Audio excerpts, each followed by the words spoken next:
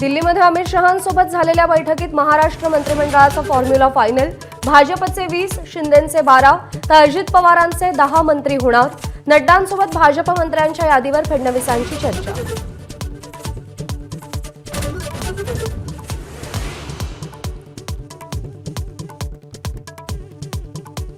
मंत्रिमंडळ विस्ताराबाबत महायुतीच्या तीनही नेत्यांची आज बैठक होण्याची शक्यता। कुणाला मंत्रिपदाची लॉटरी लागणार यावर शिक्कामोर्तब होण्याची शक्यता।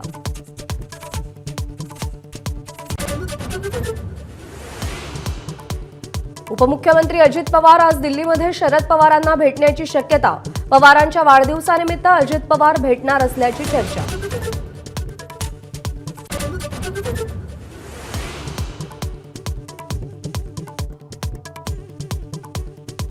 कुर्ला बस अपघात प्रकरणी मानवाधिकार आयोगामध्ये 2 वकिलांची याचिका।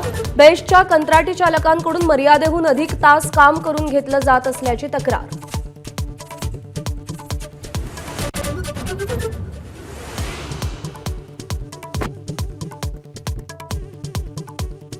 सर्वोच्च न्यायालयामध्ये आज मंदिर मशिदींविषयीच्या प्रार्थनास्थळ कायद्यावर सुनावणी। 1991च्या प्रार्थनास्थळ कायद्याला हिंदूंचा विरोध तर मुस्लिमांचं समर्थन।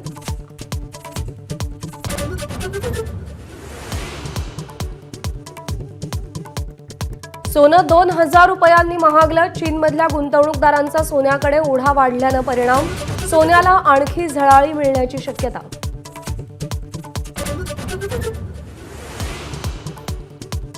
जम्मू काश्मीरमध्ये हाडं गोठवणारी थंडी। जोजिला पारा उणे 22 वर तर लेहमध्ये उणे 10 अंश तापमान तर श्रीनगरमध्ये उणे 3 अंश तापमान।